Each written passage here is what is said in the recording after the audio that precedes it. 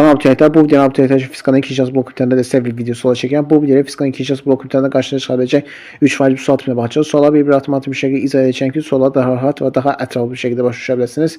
Bir xatırlatma da edim ki, əgər belə videoların davam edirsinizsə, video bəyənməyi, kanala abunə olmağı və videolara şərh yazmağı unutmayın.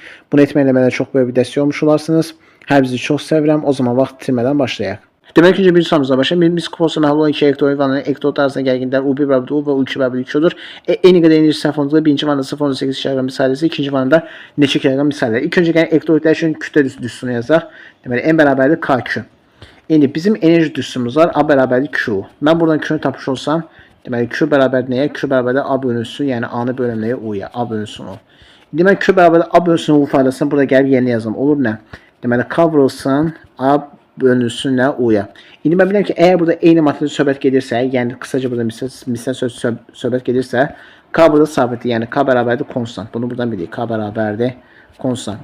Və bizə deyir ki, eyni enerjidir. Eyni enerji deyirsə, onda beləcək ki, enerji sabitdir. Yəni A da bərabərdir konstant. A da bərabərdir konstant. Biz buradan gördük ki, deməli K da konstantdır, A da konstantdır. Onda beləcək ki, M nədən asılıdır? Ancaq U-dan. Nə cür asılıdır? Tərs asılıdır. Çünki U məxərcədir ona görədir. Onda beləcək ki, M2 ilə 1 olan nisbəti bərabər nəyə? Deməli, U1-in, buradan hesablayaq, deməli, U1-in U2 olan nisbətinə bərabərdir. İndi biz M2 nədir? İkinci vanada ayrılan, deməli, kütlə, M1 nədir? Birinci vanada ayrılan kütlə. İndi bizə soruşur ki, burada birinci vanada ayrılan kütlə deyilsə 0.8. Onda mən M1-in yeni nə yazdım? 0.8. Onda belə olur. M2 bölünsün 0.8 bərabər nəyə? U1 bölünsün U2. U1 nə qədərdir? U1 udur, U2 də 2 udur. Onda belə yazıram. Deməli, U bölünsün 2 U-ya. Buna qısa gelir, burada qalır neçə? 2-də 1. Onda mən buradan 2M2-ni tapsam, yəni 2M2 bərabərdir nəyə? 0.8 vursun 1-ə, yəni 0.8-ə. O da bərabər nəyə? Demək, 0.8 bölüm nəyə? 2-ə. O da bərabər olur 0.4-ə. Demək, cavabımız neçə olacaq? 0.4 olmuş olacaq. Cavabımız olacaq 0.4. İlk keçən növbəti sualımıza. Sonraki sualımızdan ikinci sualım demək, elektrik sintezinin hansı minimal qiymətində qaz atomlarının iyonlaşması baş verər? Demək, küçük enerji var. Bir WI-dir, bir dənədir A diş. WI bir dənə A diş. A diş nəyə bərabərdir? A bərabərdir Q. Bunu buradan tapdıq. İndi W də iş və A da iş olduğu üçün demək, işi işə bərabər verə bilərəm. Yəni, olur belə, W bərabər nəyə? A-ya, o da bərabər nəyə? Q-ya. Onda mən buradan tapıram nə? W bərabərdir Q. Bunu buradan tapmış oldum. İndi, U-nun belə bir düssü var. Daha doğrusu Y-nin belə bir düssü var. Y bərabərdir U bölünsündən L. Onda mən buradan U-nu tapmış olsam, U bərabərdir YL.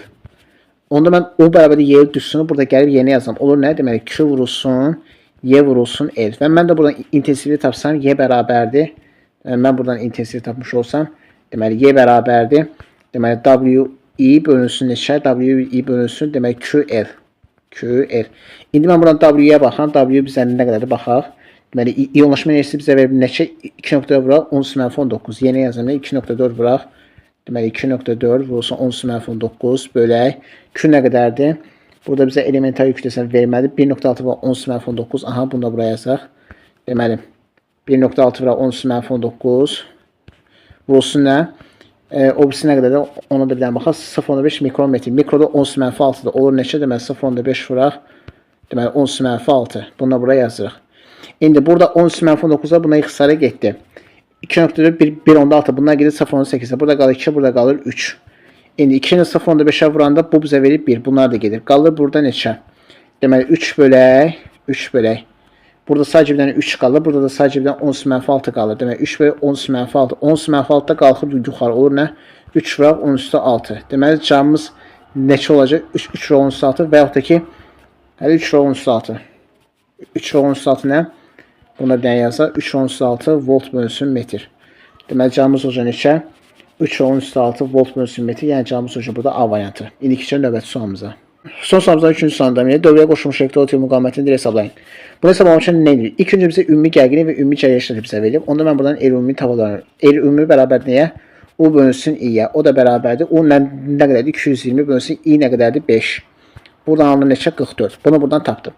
İndi, mən bilirəm ki, burada bir naqil var, burada da bir də elektrod var. Bunlar birbirine ardışıb birləşir. Ardışıb birləşibsə, onda ümumi müqavimət bunların müqavimətləri cəminə bərabər olmuş olacaq. Yəni, qısaca belə olacaq. Deməli, R-Y, yəni elektrolit plus R naqilin müqaviməti bərabər nəyə? Ümumi müqaviməti, yəni 44-ə. İndi buradan R nəyə bərabərdir? 30-a. Onda yeni yazanlar 30. Onda belən kimcə oldu. Deməli, R-Y plus 30 bərabər nəyə? 44-ə. Onda mən buradan eləyəni, yəni ektotin müqaviməti tapmış olsam 44 çıxılsın 30. Bu nəyə bərabərdir? 14-ə bərabər olmuş olacaq. Yəni cavabımız olacaq neçə? 14.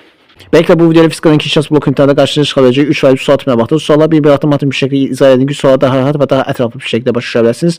Ümid edirəm ki, bu video sizə çox faydalı oldu. Əgər belə videolara davam edirsinizsə, video bəyənməyi, kanala abunə olmağı və videoları şərh yazmayı unutmayın. Bunu etməklə mənə çox böyük bir dəstək olmuş olarsınız.